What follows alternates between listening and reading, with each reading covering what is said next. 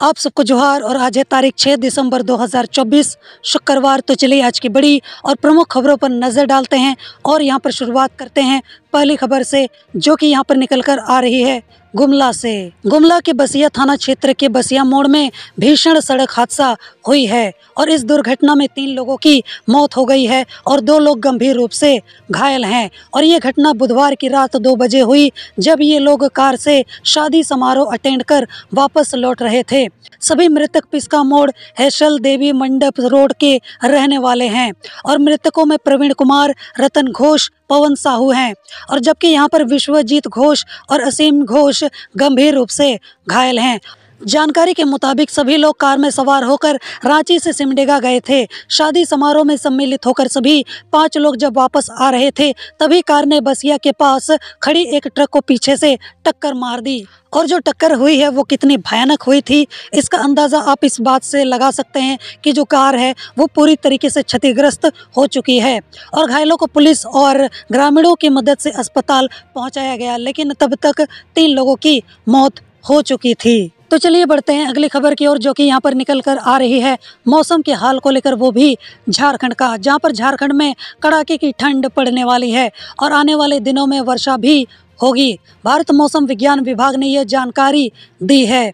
मौसम केंद्र रांची ने कहा है कि झारखंड में अगले 2 दिन में तापमान में 3 से 4 डिग्री तक की गिरावट होगी। मौसम केंद्र रांची ने झारखंड राज्य के लिए जो मौसम पूर्वानुमान जारी किया है, उसमें उन्होंने बताया है कि धीरे धीरे तापमान में 4 से 5 डिग्री तक की गिरावट आएगी और इसके बाद फिर 2 दिन में न्यूनतम तापमान धीरे धीरे 2 डिग्री से 3 डिग्री तक बढ़ेगा। मौसम वैज्ञानिक ने कहा है कि रविवार 8 दिसंबर से झारखंड के कुछ जिलों में वर्षा भी हो सकती है।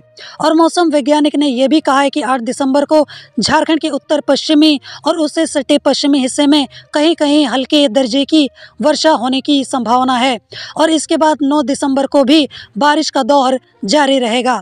हालांकि यह पूरे झारखंड में नहीं होगा। राज्य के कुछ हिस्सों में हल्के दर्जे की वर्षा हो सकती है और इसके बाद 10 दिसंबर से आसमान साफ हो जाने का अनुमान है।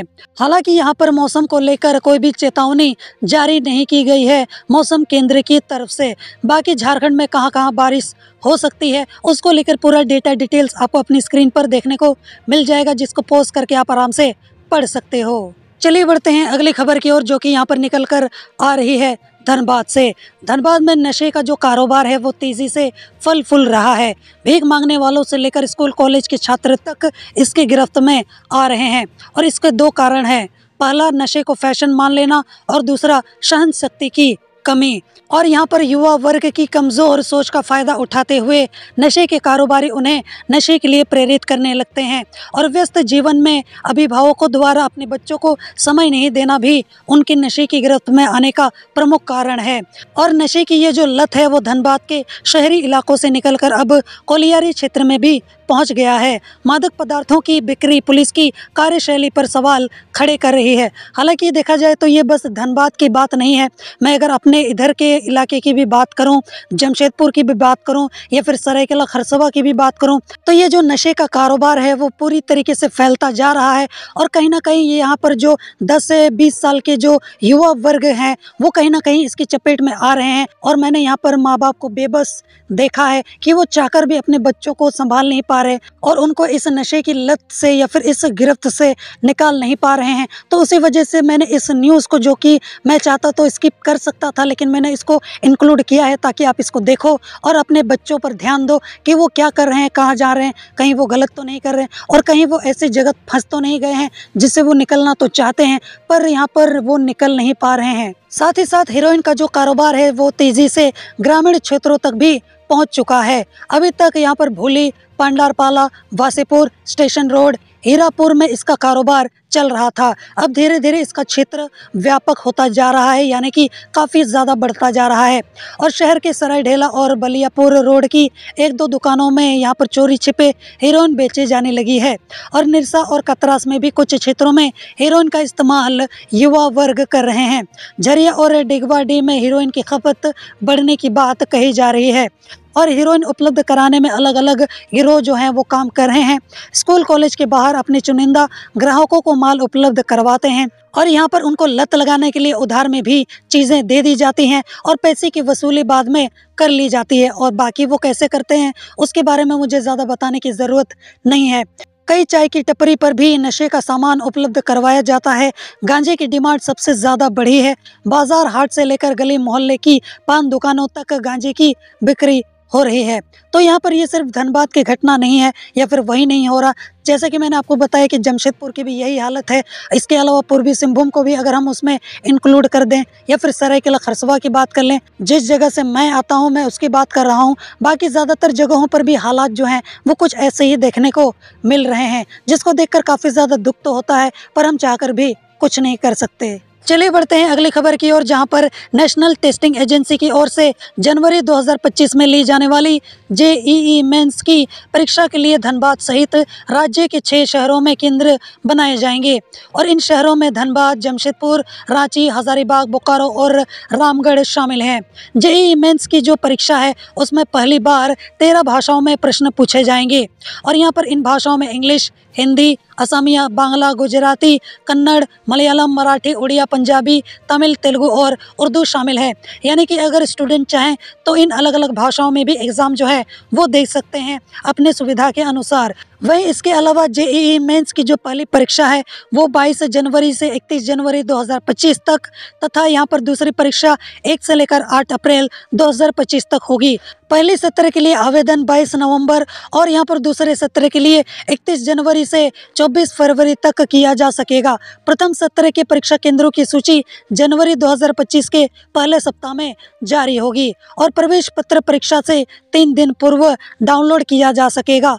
पहली परीक्षा का परिणाम वो एनटीए द्वारा 12 फरवरी को जारी किया जाएगा। चलिए बढ़ते हैं अगली खबर की ओर, जो कि यहाँ पर निकल कर आ रही है धनबाद से। नए साल से कोर्ट रोड स्थित सदर अस्पताल में नेत्र रोग विभाग की ओपीडी सेवा जो है वो बंद हो जाएगी और ऐसा इसलिए है क्योंकि यहाँ पर विभाग की एकमात्र चिकित्सक डॉक्टर सरोजनी मुर्मू 2 माह की ट्रेनिंग के लिए रांची चली गई हैं और वर्तमान में अस्पताल में आई ओपीडी में चिकित्सा व्यवस्था ट्रेनिंग के लिए रिम्स से आई यहाँ पर एसआर चिकित्सक संभाल रही हैं। उक्त एसआर का करार भी यहाँ पर 31 दिसंबर को समाप्त हो रहा है, तो इसके बाद वह भी चली जाएंगी। यानी कि 1 जनवरी से सदर अस्पताल में आईओपीडी सेवा बंद हो जाएगी और अस्पताल की स्थायी चिकित्सक डॉक्टर सरोजनी मुर्मू की ट्रेनिंग से वापस लौटने के बाद ओपीडी सेवा जो है वो शुरू हो जाएगी। अगली खबर यहाँ पर निकल कर आ रही है धनबाद से, जहाँ पर Jharia main road Deshbandhu cinema गृह के समीप बुधवार की देर शाम पंजाब नेशनल बैंक की एटीएम तोड़कर पैसा चुराने के प्रयास में स्थानीय लोगों ने एक युवक को पकड़ लिया और दबोचने के दौरान स्थानीय दुकानदार अजय वर्मा भी चोटिल हो गए और सूचना पाकर झरिया पुलिस घटनास्थल पर पहुंची और युवक को गिरफ्तार कर लिया है। जानकारी के मुताबिक चोरी की नीयत से एक युवक पीएनबी की एटीएम में दाखिल हुआ था। जब स्थानीय लोगों ने युवक को ऐसा करते हुए देखा तो युवक जो है वो शीशे का दरवाजा तोड़कर भागने लगा, जिसके बाद दुकानदारों ने उसको दबोच लिया। अगली खबर यहाँ पर निकल कर आ रही है धनबाद से, जहाँ पर सांसद ढुल्लू महतो ने बुधवार को केंद्रीय परिवहन एवं राजमार्ग मंत्री नितिन गडकरी से मिलकर निरसा और गोविंदपुर में लग रहे जाम की स्थिति से उनको अवगत करवाया है। इसके पूर्व उन्होंने लोकसभा में भी इस विषय को रखा था और यहाँ पर सांसद ढुल्लू महतो ने कहा है कि आए दिन लगने वाले इस जाम की वजह से लोगों की जान चली जा रही है और यहाँ पर जल्द से जल्द दोनों ही जगह एलिवेटेड फ्लाईओवर का निर्माण कर स्थानीय समाधान किया जाए और यहाँ पर केंद्रीय मंत्री श्री गडकरी ने भी जल्द समस्या का समाधान का आश्वासन भी दिया है। चलिए बढ़ते हैं अगली खबर की ओर, जो कि यहाँ पर निकल कर आ रही है धनबाद से, वो भी आलू को लेकर। पश्चिम बंगाल सरकार द्वारा आलू पर रोक लगाए जाने के बाद बाजार समिति प्रशासन जो है वो काफ़ी ज़्यादा सक्रिय हो गया है इस समस्या को लेकर कि कैसे इसका समाधान किया जाए। धनबाद के लोगों को उचित मूल्य पर आलू मिले, इसके लिए हर मार्केट में सुविधा केंद्र खोला जा रहा है। हालांकि जब प्याज के दाम बढ़ गए थे तब भी कुछ इसी तरीके की यहाँ पर चीज़ें जो हैं वो की गई थी, आपको तो याद ही होगा। साथ ही साथ यहाँ पर बुधवार को पुराना बाजार, स्टील गेट, झरिया, गोविंदपुर और बाजार समिति में सुविधा केंद्र खोला गया है। सभी सुविधा केंद्रों में 28 रुपये प्रति किलो की दर से आलू बेचा जा रहा है और एक व्यक्ति को अधिकतम 5 किलो तक ही आलू दिया जा रहा है। पुराना बाजार में रोकी साव की दुकान के पास सुविधा केंद्र खोला गया है। वहीं स्टील गेट सरायढेला में हीरा साव की दुकान के पास, झरिया में महमूद एंड सन्स की दुकान के पास, गोविंदपुर में उपेंद्र साव की दुकान के पास और बाजार समिति प्रांगण में दीपक कुमार साव और यहाँ पर सागरमल साव की दुकान के पास सुविधा केंद्र शुरू किया गया है। और वही बाजार समिति सचिव विपुल कुमार सिंह ने बताया है कि यूपी से आलू की आवक जो है वो हो रही है।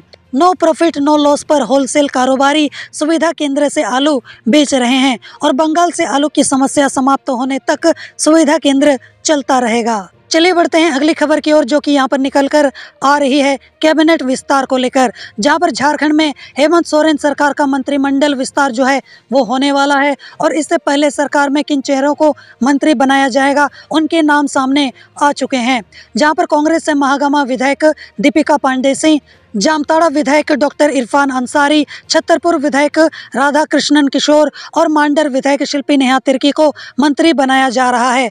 वहीं यहाँ पर झुम्मो से हेमंत सोरेन ने कुल 6 विधायकों के नाम पर मुहर लगाई है जो कि मंत्री बनेंगे, जैसे कि चाईबासा से विधायक और पूर्व मंत्री दीपक बिरुवा, घाटशिला विधायक रामदास सोरेन, गिरिडीह विधायक सुदिव्य सोनू, इसके अलावा बिशुनपुर विधायक चमरा लेंडा, गोमिया विधायक योगेंद्र महतो और मधुपुर विधायक और पूर्व मंत्री हफीजुल हसन अंसारी यहाँ पर राजभवन में मंत्री पद की शपथ लेंगे। और इसके अलावा आरजेडी के कोटे में एक मंत्री पद आया है और वह इस कोटे से गोड्डा से 3 बार के विधायक संजय यादव को मंत्री बना रहे हैं। जहां तक मंत्रिमंडल के फॉर्मूले की बात करें तो 4 विधायकों में से एक मंत्री पद दिया गया है और यहाँ पर कांग्रेस के 16 विधायक हैं तो उन्हें 4 मंत्री पद दिया गया है और राजद के 4 विधायक हैं तो उन्हें 1 मंत्री पद दिया गया है। चलिए बढ़ते हैं अगली खबर की ओर, जो कि यहाँ पर निकल कर आ रही है बोकारो से। डीवीसी में यूनियनों की मान्यता को लेकर मंगलवार को डीवीसी के सभी प्रोजेक्टों में संपन्न मतदान में डीवीसी कामगार संघ ने जीत दर्ज की है और बुधवार को यहां पर डीवीसी मुख्यालय कोलकाता एवं मैथन में हुई वोटों की गिनती में डीवीसी कर्मचारियों द्वारा डाले गए कुल वोटों में से कामगार संघ को 1414 वोट मिले हैं। दूसरे स्थान पर श्रमिक यूनियन रहा और श्रमिक यूनियन को 812, स्टाफ एसोसिएशन को 223 और डीवीसी मजदूर संघ को 250, कर्मचारी संघ को 80 और यहाँ पर हिंद मजदूर किसान यूनियन को 53 वोट मिले हैं। यूनियन को मान्यता के लिए डीवीसी के सभी प्रोजेक्टों में कुल 2832 वोट मंगलवार को डाले गए थे और यहाँ पर कामगार संघ को मिली जीत के बाद कर्मचारियों ने गुलाल लगाकर और मिठाई खिलाकर एक दूसरे को बधाई दी है। चलिए बढ़ते हैं अगली खबर की ओर, जो कि यहाँ पर निकल कर आ रही है झारखंड कैबिनेट के विस्तार को लेकर। और झारखंड में कैबिनेट का विस्तार जो है वो हो चुका है और मुख्यमंत्री हेमंत सोरेन की कैबिनेट के 11 सदस्यों ने गुरुवार 5 दिसंबर को शपथ ले ली और यहाँ पर राज्यपाल संतोष गंगवार ने राजभवन के अशोक उद्यान में प्रोटेम स्पीकर, कार्यकारी अध्यक्ष और हेमंत सोरेन के कैबिनेट के 11 सदस्यों को पद एवं गोपनीयता की शपथ दिलाई है। हेमंत सोरेन की कैबिनेट में 6 नए चेहरों को शामिल किया गया है और मंत्रिमंडल में 2 महिला को भी शामिल किया गया है और दोनों कांग्रेस के कोटे से हैं। शिल्पी नेहा तिर्की पहली बार मंत्री बने हैं। दीपिका पांडे सिंह को पिछली बार हुए कैबिनेट विस्तार में हेमंत सोरेन की कैबिनेट में जगह मिली थी, एक बार फिर उन्हें मंत्री बनाया गया है और बाकी सारा डिटेल्स तो आपको अपनी स्क्रीन पर देखने को मिल ही रहा होगा कि हेमंत सोरेन की कैबिनेट में कौन कौन से 11 लोग यहाँ पर मंत्री बने हैं और वो किस पार्टी से हैं और किस विधानसभा क्षेत्र से हैं और बाकी उनके जिले का नाम भी। और वहीं पर इसके अलावा सबसे पहले षष्ठाम झारखंड विधानसभा के लिए प्रोफेसर स्टीफन मरांडी को राज्यपाल संतोष गंगवार ने विधानसभा के अध्यक्ष के चयन तक सदन का प्रोटेम स्पीकर नियुक्त किया और इसका आदेश मुख्य सचिव अलका तिवारी ने पढ़ा। इसके बाद राज्यपाल ने यहाँ पर प्रोफेसर स्टीफन मरांडी को शपथ दिलाई और यहाँ पर शपथ ग्रहण समारोह में सत्तारूढ़ गठबंधन के सभी दलों के नेता शामिल हुए। अब यहाँ पर अगर हम लोग बंटवारे की बात करें तो झुम्मो कोटे से सबसे ज्यादा 6 मंत्रियों ने शपथ ली है, बाकी डिटेल्स आपकी स्क्रीन पर। और वहीं कांग्रेस कोटे से 4 विधायक जो है वो मंत्री बने हैं, बाकी सारा डिटेल्स आपकी स्क्रीन पर आपको देखने को तो मिल ही रही होगी। और राजद कोटे से 1 मंत्री बने हैं। और बाकी किन लोगों को हेमंत सोरेन मंत्रिमंडल में पहली बार जगह मिली है, उसकी सारी डेटा डिटेल्स आपको अपनी स्क्रीन पर देखने को तो मिल ही रही होगी, जिसको पॉज करके आप आराम से पढ़ सकते हो कि इस बार जो कैबिनेट का विस्तार हुआ है वहाँ पर हमें नए चेहरे कौन से देखने को मिले हैं, और बाकी यहाँ पर जम्मू से हो या फिर राजद से या फिर कांग्रेस से किसको मंत्री पद मिला है। चलिए बढ़ते हैं अगली खबर की ओर, जो कि यहाँ पर निकल कर आ रही है बोकारो से। नावाडी स्थानीय थाना क्षेत्र के परसबनी पंचायत में धावातांड निवासी वैद्य मनोज पंडित के घर में मंगलवार की देर रात चोरों ने कमरे का ताला तोड़कर अलमारी और बक्से में रखे नकदी सहित 2 लाख के जेवरात चोरी कर ली। और इतना ही नहीं, यहाँ पर जाते जाते चोर घर में रखे खाने पीने का राशन के अलावा तेल साबुन तक भी अपने साथ उठा ले गए। और घटना के संबंध में वैद्य मनोज पंडित ने बताया है कि मंगलवार की सुबह वह अपनी पत्नी के साथ मौसेरे भाई की बेटी की शादी में धनबाद जिले के राजगंज चले गए थे, और यहाँ पर घर पे उनकी वृद्ध माँ और छोटा बेटा था। शाम में यहाँ पर खाना खाने के बाद वे दोनों दूसरे कमरे में सो गए थे, और जिस कमरे में दादी पोता सोए थे उस कमरे का दरवाजा चोरों ने बाहर से बंद कर दिया, और यहाँ पर उनके कमरे का जो ताला है वो तोड़कर अंदर से यहाँ पर अलमीरा और बक्से का ताला तोड़कर 50,000 नगद, पत्नी का लगभग यहाँ पर 1.5 लाख के गहने, खाने पीने का राशन, तेल साबुन चुरा कर फरार हो गए। और यहाँ पर सूचना मिलते ही नावाडी पुलिस और स्थानीय जनप्रतिनिधि उनके घर पर पहुंचकर घटना की उन्होंने जानकारी ली है। चलिए बढ़ते हैं अगले खबर की ओर, जो कि यहाँ पर निकल कर आ रही है जमशेदपुर से, जहां पर Mango Nagar Nigam holding tax and trading licence शुल्क के बकायेदारों को नोटिस निर्गत करना शुरू कर दिया गया है। और यहां पर नोटिस के बावजूद टैक्स जमा नहीं करने पर बैंक अकाउंट फ्रीज कर दिए जाएंगे, ऐसा बोला जा रहा है। और इसको लेकर बुधवार को मानगो नगर निगम के उप नगर आयुक्त सुरेश यादव के निर्देश पर सहायक नगर आयुक्त अरविंद प्रसाद अग्रवाल की अध्यक्षता में राजस्व संग्रहण की समीक्षा की गई। और समीक्षा के दौरान सहायक नगर आयुक्त अरविंद प्रसाद अग्रवाल ने मानगो नगर निगम क्षेत्र अंतर्गत राजस्व संग्रहण में तेजी लाने का निर्देश दिया है। साथ ही यहां पर निकाय क्षेत्र में जितने भी प्रॉपर्टी धारकों ने अब तक होल्डिंग टैक्स जमा नहीं किया है, उन्हें सेल्फ असेसमेंट करते हुए अपना होल्डिंग टैक्स जमा करने, अन्यथा यहाँ पर नोटिस निर्गत करने को कहा है। और उन्होंने ये भी कहा है कि अगर नोटिस के उपरांत भी भवन मालिक होल्डिंग टैक्स जमा नहीं करते हैं तो उनके अकाउंट को फ्रीज कर दिया जाए। चलिए बढ़ते हैं अगली खबर की ओर, जो कि यहाँ पर निकल कर आ रही है राजधानी रांची से, जहाँ पर यातायात नियमों का उल्लंघन करना राजधानी वासियों को भारी पड़ रहा है। और ऐसा करने वालों पर चालान जो है वो काटा जा रहा है, और सबसे ज़्यादा चालान बिना हेलमेट के बैठे पिलियन राइडर का काटा जा रहा है, यानी कि पीछे बैठे सवारी का। और राजधानी के विभिन्न चौक चौराहों पर लगे सीसीटीवी कैमरे के जरिए चालान काटे जा रहे हैं।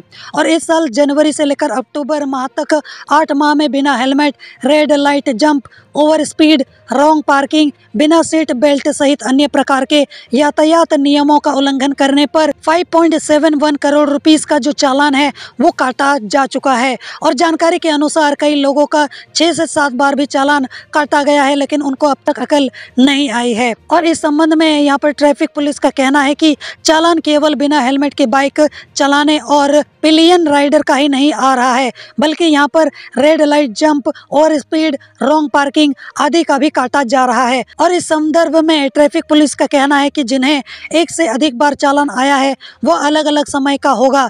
यदि किसी का एक ही दिन एक ही प्रकार के ट्रैफिक नियम के उल्लंघन का चालान आता है तो उसकी जांच कर उस पर कार्रवाई जो है वो की जाएगी।